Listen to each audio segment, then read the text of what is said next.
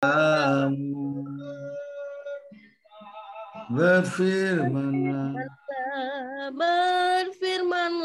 Tuhan, Tuhan, ku rindu menikmati sabdamu.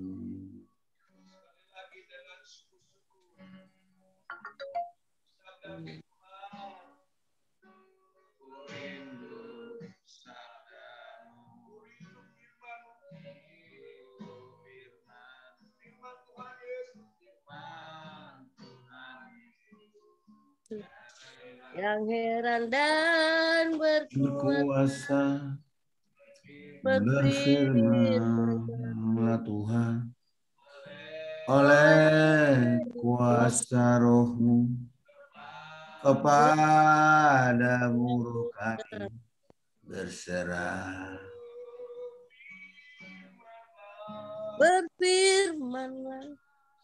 Berfirmanlah Tuhan, Roh Kudus urapi hamba-Mu. Berfirmanlah Tuhan, ku rindu menikmati sabda-Mu. Ku rindu menikmati sabda-Mu.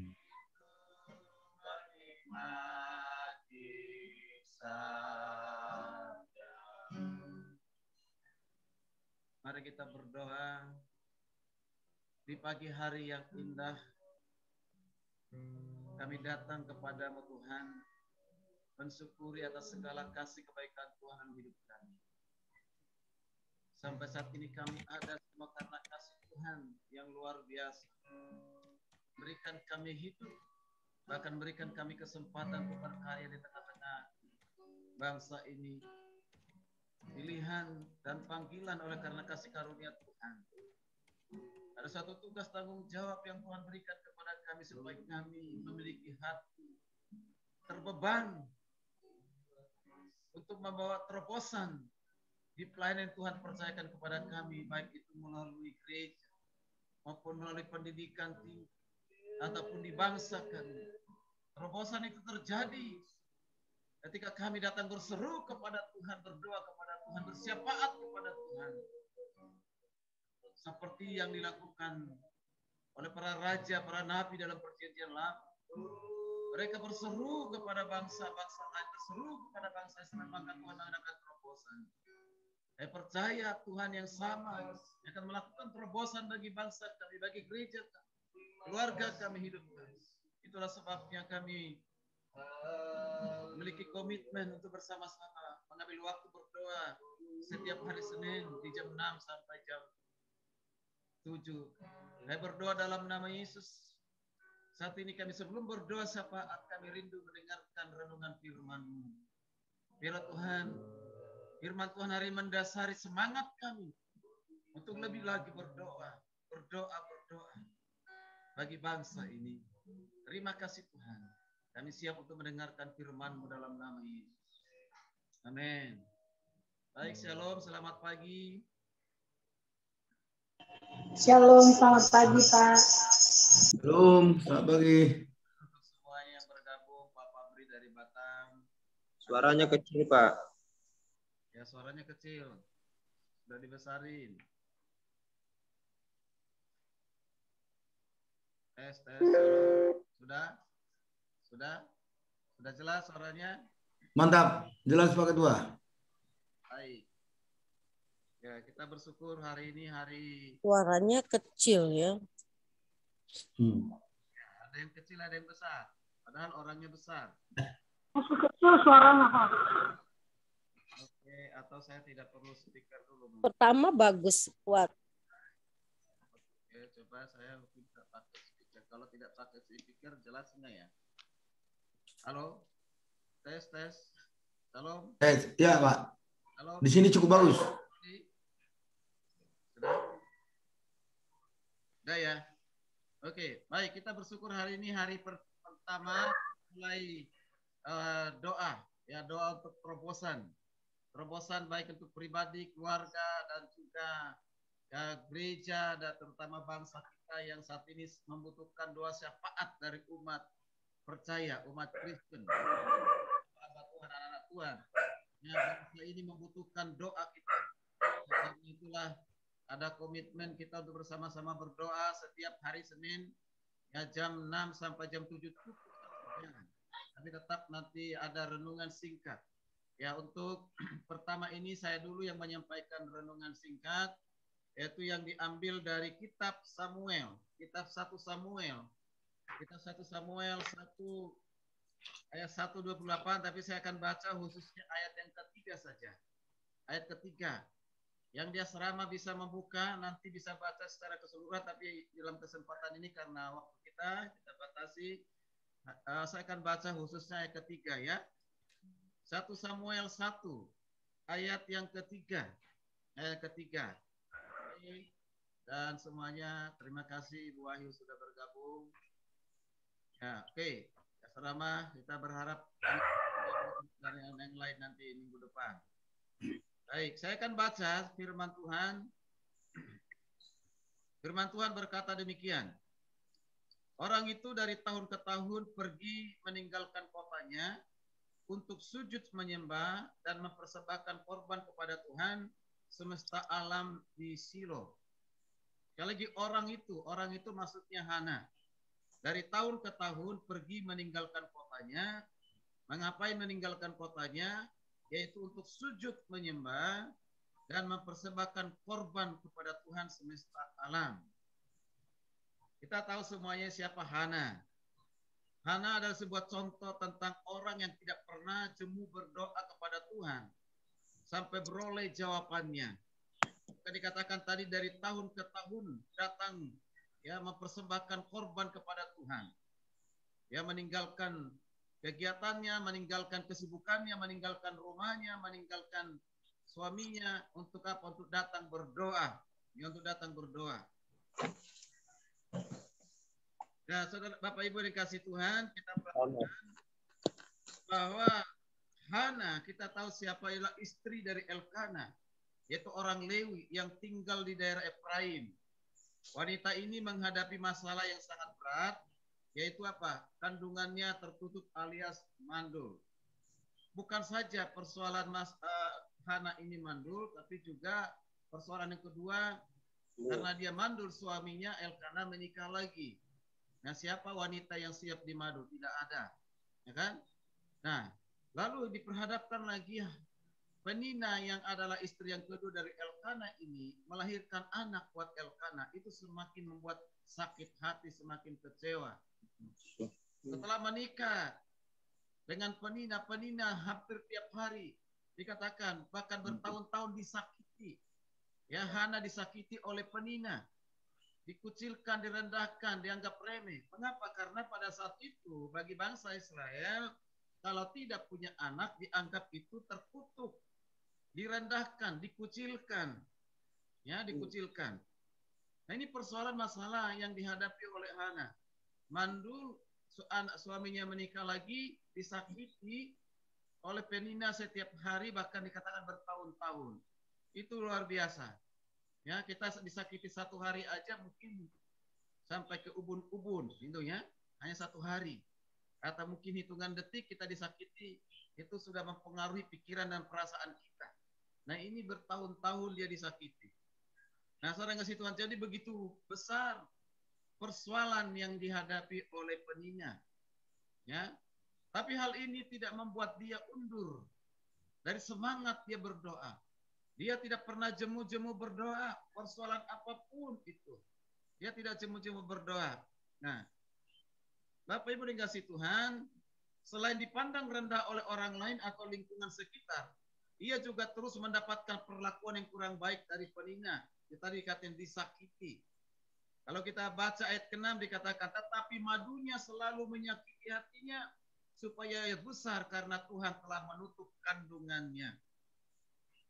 Jadi Penina memanfaatkan tiap kesempatan untuk selalu menyakiti hati Hana. Tadi kita perhatikan di sini lengkap sudah penderitaannya Hana. Itu luar biasa, tidak mudah untuk seorang wanita. Bapak Ibu dikasih Tuhan, terkadang dengan hal yang mungkin beda persoalannya, masalah dalam kehidupan kita, menghadapi kesulitan, ya baik itu mungkin dalam kesulitan keuangan, atau mungkin juga sakit penyakit, persoalan masalah yang lain. Bangsa kita yang saat ini, ya penularan COVID-19 bukannya menurun sampai meningkat, mencemaskan banyak orang. Kehati-hatian, kewaspadaan semakin luar biasa, ketakutan semakin luar biasa, pengangguran juga luar biasa, kejahatan pun semakin meningkat karena pengangguran. Keadaan bangsa kita sebenarnya keadaan yang tidak aman dan nyaman. Ya, pemerintah sudah segala upaya dilakukan untuk membawa perubahan yang lebih baik bagi bangsa ini, baik untuk hal ekonomi dan juga untuk penurunan COVID-19. Nyatanya masih belum berhasil secara signifikan. Ini persoalan kita, bukan hanya persoalan bangsa, tapi persoalan pribadi, persoalan keluarga, persoalan rakyat, persoalan bangsa. Siapa yang peduli dengan bangsa ini, persoalan bangsa ini? Tidak ada yang lain selain kita, umat Tuhan, hamba Tuhan. Orang-orang yang sudah dipanggil Tuhan harus terbeban berdoa buat bangsa ini, berdoa buat gereja. Hari-hari ini gereja sudah mulai semangat, penginjilan itu sudah kurang. Hari-hari ini gereja juga tidak semua beribadah di tempat, di gedung karena pertimbangan kenyamanan, keamanan dan kesehatan yang lain sebagainya. Sudah larut dengan ketakutan, kecemasan sehingga mengurangi kehadiran jemaat untuk beribadah di gereja. Ya. Nah, ini siapa yang peduli dengan hal ini? Adalah kita. Dengan apa? Seruan doa kita. Paulus mengatakan dalam 2 Timotius 1, 1 Timotius 2:1. Dikatakan, naikkanlah permohonan dan doa syafaat bagi semua orang. Bagi semua orang. Kita pribadi, keluarga, pemerintah, bangsa, gereja. Semua orang.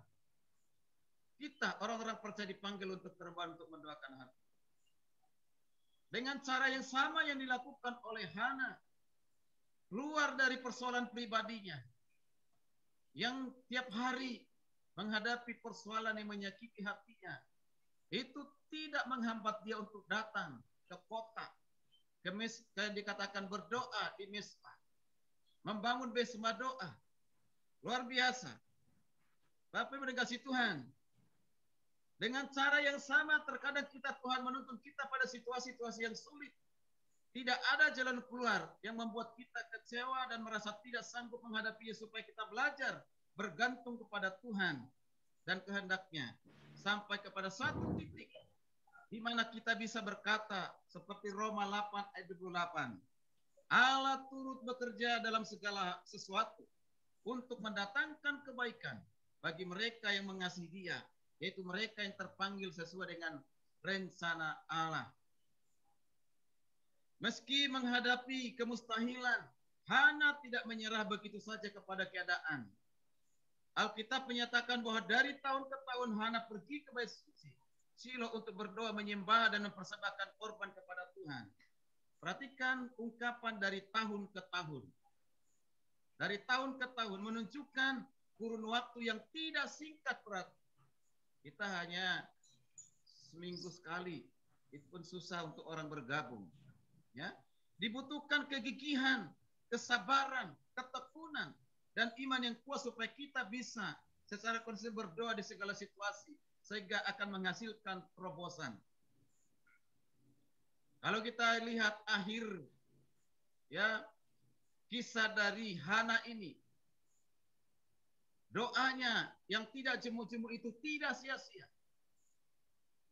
Dia melahirkan seorang anak namanya Samuel. Samuel dikatakan semakin besar dikasihi Tuhan, mengasihi Tuhan, dan mengasihi sesamanya. Itu Samuel. Dan Samuel lah yang dipilih, dipanggil Tuhan untuk mempersiapkan raja, mengurapi raja. Raja Saul, Raja Daud. Raja Daud adalah lambang pemerintahan yang kekal, ya, untuk kehadiran Yesus Kristus yang adalah raja yang kekal. Terjadi terobosan melalui doa Hana, ketekunan Hana. Sekalipun dia punya persoalan pribadi, dia tidak pernah berhenti. Lalu anak yang lahir namanya Samuel itu dipersembahkan untuk Tuhan. Dipakai Tuhan dengan dahsyat Samuel. Terjadi terobosan. Sehingga Daud menjadi raja bagi bangsa Israel. Pemimpin bagi bangsa Israel. Raja yang takut akan Tuhan. Daud adalah pemazmur yang hebat dan luar biasa. Yang mengenal Tuhan dengan luar biasa. Terjadi terobosan. Dan saya percaya di bangsa kita, di gereja kita, di keluarga kita akan terjadi terobosan. Kalau kita terus menaikkan doa permohonan, doa syafaat, ucapan syukur kepada Tuhan. Di gereja masing-masing sudah lakukan itu. Pasti. Tapi kita mau nambah terus semangat kita waktu kita untuk itu. Karena kasih Tuhan banyak orang gagal dalam ujian menunggu. Sehingga akhirnya mereka menyerah di tengah jalan sebelum doanya beroleh jawaban. Jika berdoa, belum dijawab sudah berhenti. Bapak Ibu dan kasih Tuhan, saya tutup renungan ini secara singkat. Saya ingat sekali dulu kami pernah bersama-sama ikut doa keliling di Jalan Tamrin ke Sudirman. Di lingkaran HI kami berdoa. Berdoa untuk kota Jakarta.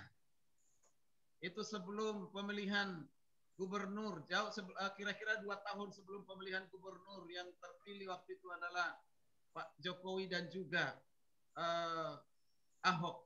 Ya, ada orang mentertawakan. Kok doa harus di jalan? Ya kan gitu. Kok berdoa harus seperti itu? Ya, tapi kami berdoa, memberkati, mendoakan kota Jakarta. Apa yang terjadi 1-2 tahun kemudian? Terjadi perubahan bagi Jakarta. Ya, terpilihlah wakil gubernur yang takut Tuhan, orang Kristen, dan banyak perubahan di kota Jakarta. Luar biasa. Ini salah satu contoh yang kecil. Jadi setiap kita berdoa, apa yang kita lakukan pagi-pagi ini, kita tinggalkan kesibukan kita tinggalkan pekerjaan kita, atau mungkin kita masih tidur jam seperti ini, tapi kita bangun untuk berdoa. Ingatlah itu tidak akan pernah sia-sia, dicatat oleh Tuhan dan akan ada perubahan di keluarga kita, di bangsa ini. Amin. Puji Tuhan. Ini renungan kiranya menjadi berkat kekuatan bagi kita untuk mendorong kita, memotivasi kita supaya setiap hari Senin kita bisa berdoa bersama-sama dan mengajak yang lainnya. Baik, itu saja yang saya sampaikan. Tuhan Yesus memberkati. Kita akan masuk di dalam doa syafaat. Shalom. Shalom. Shalom, shalom. Diberkati oleh kebenaran firman Tuhan. Amin. Sebelum kita akan menaikkan doa syafaat kita pada pagi hari ini, terlebih-lebih kita bersyukur dulu atas kebenaran firman Tuhan yang telah disampaikan kepada kita. Biarlah setiap firman Tuhan yang telah kita dengarkan pada pagi hari ini benar-benar jatuh di tanah yang subur, yaitu hati kita. Firman Tuhan yang dapat memotivasi kita pada pagi hari ini. Satu pertanyaan buat kita. Apakah kita sudah kuat seperti Hana, sebagaimana dia dikucilkan setiap hari? Haleluya. Mari Bapak, Ibu, Saudara-saudari, kita jawab dalam hati pribadi kita masing-masing. Kita mohon kekuatan daripada Tuhan supaya Ia terus memberikan kekuatan bagi kita. Seperti Hana, tetap sabar, tetap mengandalkan Tuhan. Apapun tantangan, apapun goncangan, tetap percaya bahwa Tuhan berada di pihak Hana. Hal yang sama Tuhan lakukan juga dalam kehidupan kita hari lepas hari. Terima kasih Tuhan. Kami sangat bersyukur atas kebenaran firman Tuhan yang boleh Tuhan berikan bagi kami pada pagi hari ini. Biarlah setiap firman Tuhan itu benar-benar tumbuh dalam hati kami. Dan kami dapat implementasikan dalam kehidupan kami hari lepas hari. Terima kasih Tuhan, kami bersyukur kalau sampai hari ini Tuhan mengizinkan kami boleh bersama-sama untuk menikmati hadirat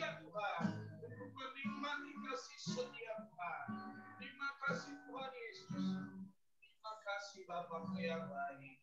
Terima kasih Yesus. Terima kasih Tuhan. Haleluya. Terima kasih Tuhan. Saat ini kita akan menaikkan pengakuan dosa. Nanti kami minta Ibu Proli memimpin kita dalam doa pengakuan dosa, dan setelah itu kita baru masuk di dalam doa syafaat. Kita menaikkan pujian kepada Tuhan. Kita memulai daripada pengucapan syukur. Kita naikkan pujian kepada Tuhan.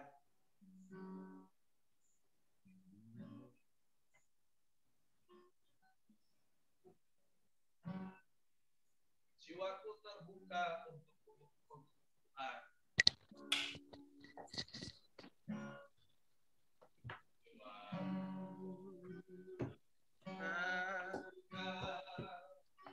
Untukmu Tuhan.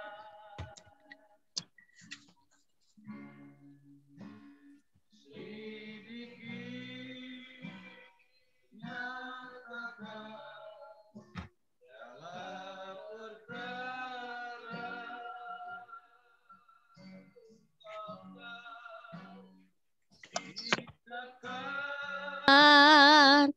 semua yang terselubung